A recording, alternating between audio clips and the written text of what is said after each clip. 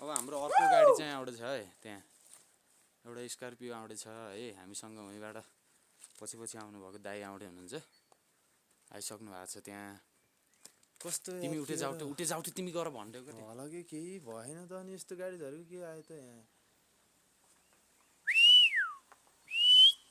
जाऊ जाऊ भन्देऊ का भन्देऊ उहाँ गर पर्दैन के हेरेर आइहाल्छ नि कुना कुना कुना पहिल्यै बाटो हेर्न आइरहन बाटोको हालत यस्तो छ यार है, जुरे यस्तो। आउनु के जान्छ बाटो हेर्नु एकचोटि अनि हाल्नु, गाडी त जान्छ फेरि। यहाँ अलि बाटो मेसो नपाउने हो क्या ओह्रालो भएर।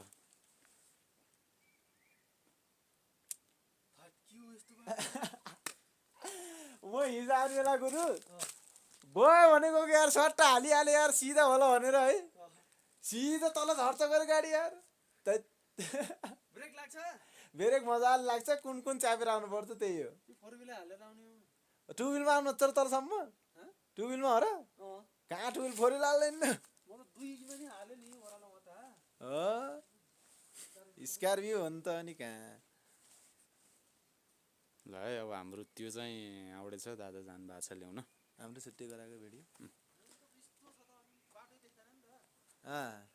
कुना कुना च्यापेर आउनु है,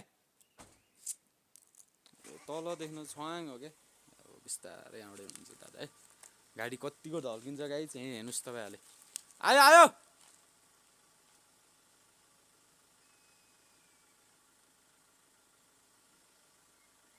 लाइट मारेर आयो हुन्थ्यो क्या यार, बाटो हेर्नु है गाडी तपाईँको छ्वाङ्गै हो तपाईँ यस्तोमा। ल हेर्नुहोस् ल हेर्नु ल हेर्नु कुना कुना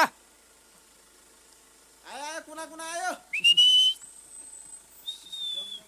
आयो सरासर कुना कुना कुना कुना कुना कुना कुना ल आउनु सर र सिधा सिधा सर रे आयो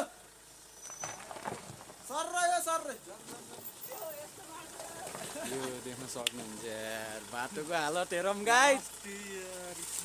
काम त गरे है। ल हामी अब फेरि अझै जान छ हामीलाई, कहाँ कहाँ पुग्नु छ। यो दिउँसै हो है गाइस, यो दिउँसो लाइट बालेर हिँड्नुपर्ने अवस्था छ यहाँ। दिउँसो हो यो समय, यो गुर्जाको जङ्गलमा हामी यसरी